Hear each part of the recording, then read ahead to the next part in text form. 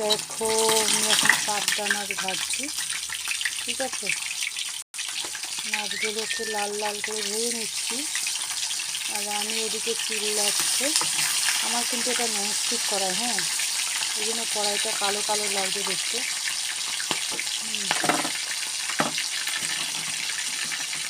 আর এখানে আছে দেখো দুটো ডিম আছে, ডিম দুটো আছে। আর এখানে আমি মাছগুলোকে লাল লাল করে ভেজে নিচ্ছি। তো মাছ হয়ে এসছে ভাজা, দেখো মাছগুলো পুরো লাল লাল করে ভেজেছি আমি, ঠিক আছে। আর এই করে আমি দেখে যাচ্ছি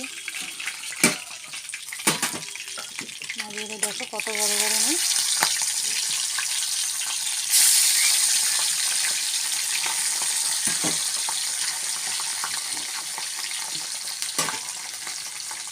মাছগুলো অনেক বড় বড়। আর এগুলো আলু বেগুন দিয়ে বড়ি দিয়ে খেতে বহুত টেস্ট, সাথে ধনেপাতা থাকবে।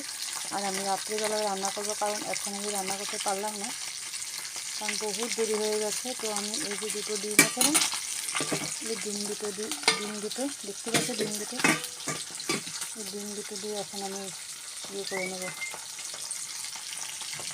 ফ্রাই করে নেবো পেঁয়াজ রসুন দিয়ে।